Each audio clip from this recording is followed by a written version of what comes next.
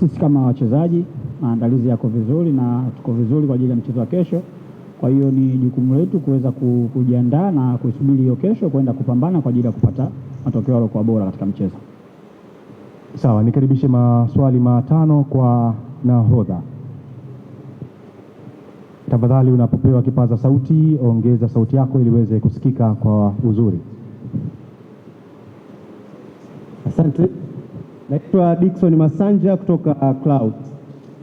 Job, mnaingia kwenye mchezo ambao mmetoka kushinda 6 mfululizo.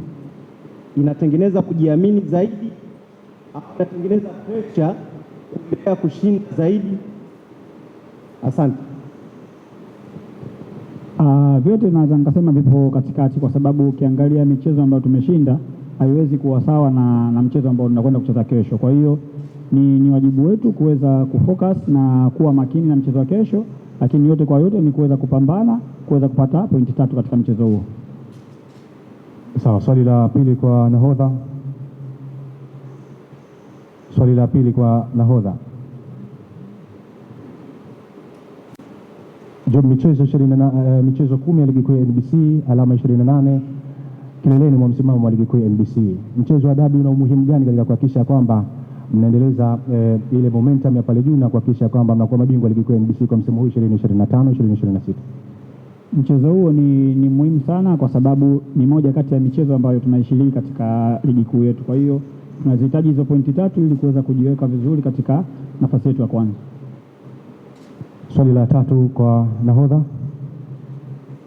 Job, tunafahamu kwamba miongoni mwenu katika timu kuna wachezaji ambao wamecheza zaidi ya moja, lakini kuna wachezaji ambao ni wapya, unaweza ukasema hawajui ladha ya dabi. Umuhimu wa ninyi ambao mmecheza mechi hizi mara nyingi katika mchezo kama huu ni upi?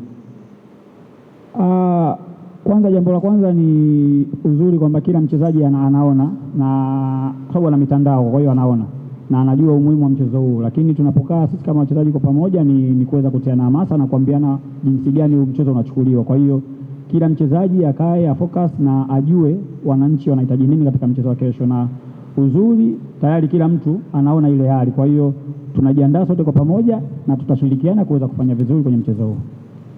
Sawa, swali la 4 kwa nahodha. Naitwa Nyanza natokea mjini FM. Nahodha, tunakwenda kucheza mchezo ambao ni mchezo ambao wa historia. Miongoni mwa wachezaji ambao una historia kubwa na Simba, ambao wachezaji wengi wa ni kama wachezaji nyumbani au mazoezi kucheza na sasa hiyo wachezaji wapya ni wa Simba au kwetu? Yaani kikubwa ni kufocus sisi na timu yetu na kujua mwalimu ametupa mipango gani katika mchezo huo, kwa sababu tunachoamini Simba ni timu kubwa na wana wachezaji wengi wazuri ambao wanaweza kufanya vizuri kwenye mchezo wote. Kwa hiyo ni sisi kujiandaa na kufanya maandalizi yaliyokuwa bora kuweza kukabili na kuweza kufanya vizuri kwenye mchezo huo. Swali la 5 na la mwisho, tafadhali naomba ajibu Sostenes. Naomba ulize Sostenes.